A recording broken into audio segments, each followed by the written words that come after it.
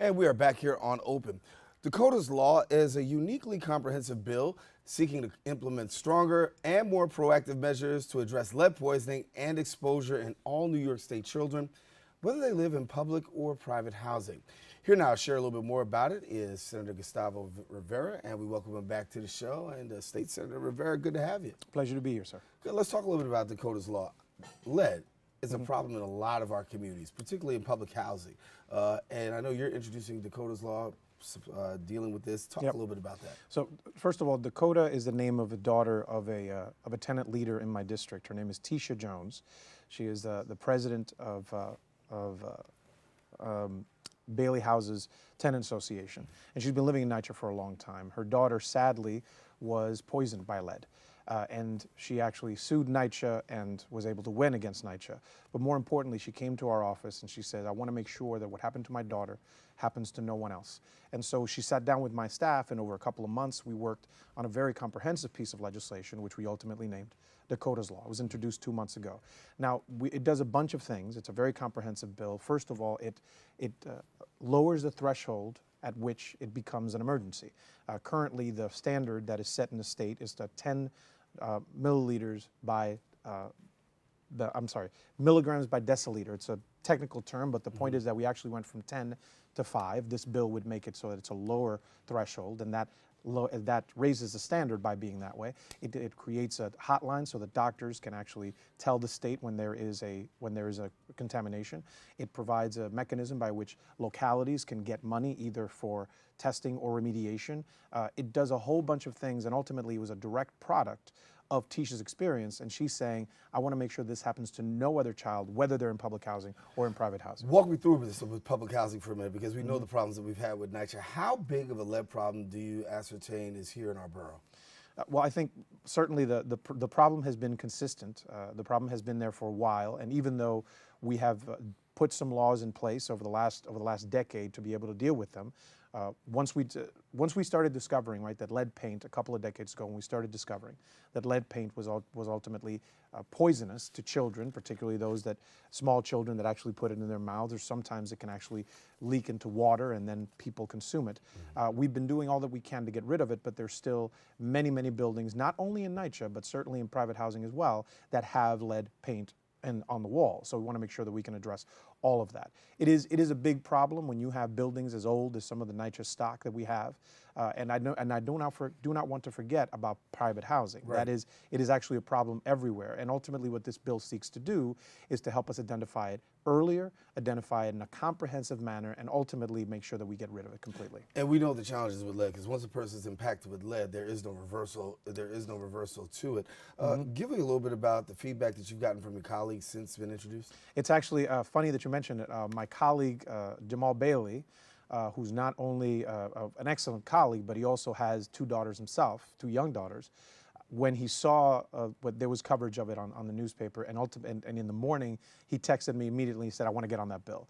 And I've talked to a couple of other colleagues that are in the same place. I mean, we're obviously not in session right now. We will go back to session in January, but not only have I been able to convince many of my colleagues to jump on, but I sincerely believe that this is a bipartisan bill, something that we can all agree on, whether we're Republicans or Democrats, that we want to make sure that children are protected from lead. And finally, it is very likely that when we go into January, I will go into January as a majority member, and in that point as the chair of the Health Committee in the Senate.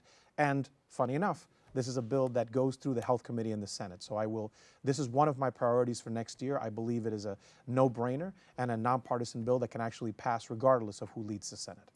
Talk to us about this here, because when you talk about the issue of lead, obviously we know the numbers continue to rise in lead paint testing.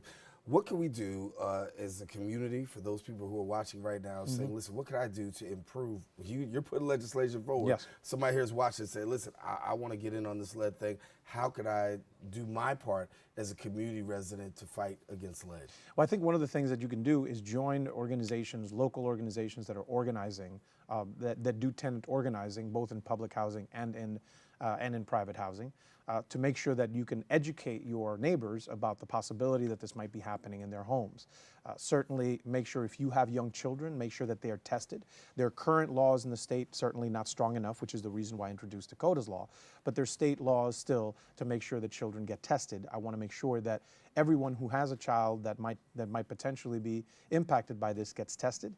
They should know that the current level, as I said, is 10 milligrams per deciliter, so it's 10, the level is 10, we want to lower it to 5, but parents should know that they should demand testing for their children, and if it's between 1 and 10, that they obviously might have a problem. So want to make sure that we can get everybody tested, so I think they should work along with folks that are already organizing and make sure that their children are tested as well.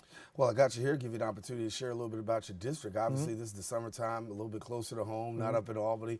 What are you looking at? What's going on in your district during this time? Well, first of all, on a day like today when I have to be running around and it is this hot and humid, this is when I love these type of moments because I know that people are going to be outside.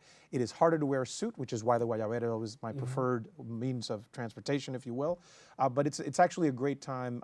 Weirdly enough, this is the first year that I do not have a primary in my district, and I'm very happy about that because it means that I've been able to go to same community events that I always go to without having to ask anybody for anything.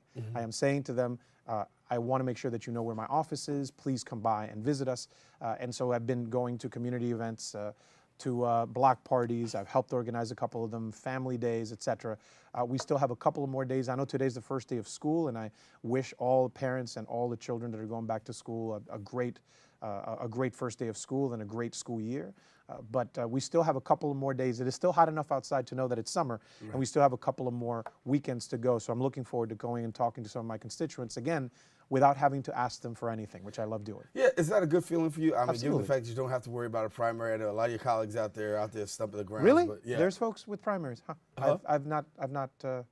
I'm completely joking. Of course, I know that my colleagues have primaries. I'm about to say, I'm like, I okay. do not. Listen, I've been paying a lot of attention to what's happening across the state, and I'm very interested to know what the primary events will bring us next week. But it has been good for me to be able to connect with my district, and it's not as hurried. When you have an election day, you're always working towards that election day. In this case, I know that I'm not going to have one. Right. So I still talk to my constituency as much as possible, put myself out there as much as possible, and again, not have to ask them for anything, but just offer them help and see if they want anything to do with anything from my office, and I'll offer it to them. I know we still got some voting to do, but are you optimistic about heading up to Albany and the work that's going to be done? A lot of questions about how things are going to play out. Yes. And a lot of people are concerned. Are you pretty optimistic that things will be able to? I'm pretty optimistic. I think the results of the last couple of weeks, and certainly the results of last night, which showed us even a couple of hard-pressed primaries where progressive candidates and candidates that I would have that certainly speak true to the values that I've been bringing to the Senate since 2010, since I've been there, have won all around the country. I have every intention of working my butt off to make sure that we get more colleagues, more Democratic colleagues in January. I believe that November will bring the blue wave in the state of New York. I believe that we will go into January with a Democratic majority, which is the first time. I've been in the Senate for 8 years. I have not been in the majority for even one day, but I'm looking forward to it because ultimately I want the interests of my constituency to be at that table. I want to be there negotiating the budget. I want to be a part of making sure that we have stronger rent laws. I want to make sure that we have a single-payer system in the state of New York. I want to make sure that we pass Dakota's law. All of these things become possible if we're in majority in January. I have every expectation, but more importantly, I will be helping my colleagues to do the work to make sure that they can win in November, and then we can get to the majority that will come in January to Albany. All right, New York State Senator Gustavo Rivera, I want to thank you so much for coming and sharing with us here on Open. Best wishes to you, and enjoy the beginning of fall and no primary and all that other stuff. Looking forward to coming back as a majority member. All righty. Good to have you, buddy. Take care. Take care. New York State Senator Gustavo Rivera, our guest here on Open. Listen, stay with us. We got more show coming up right after this.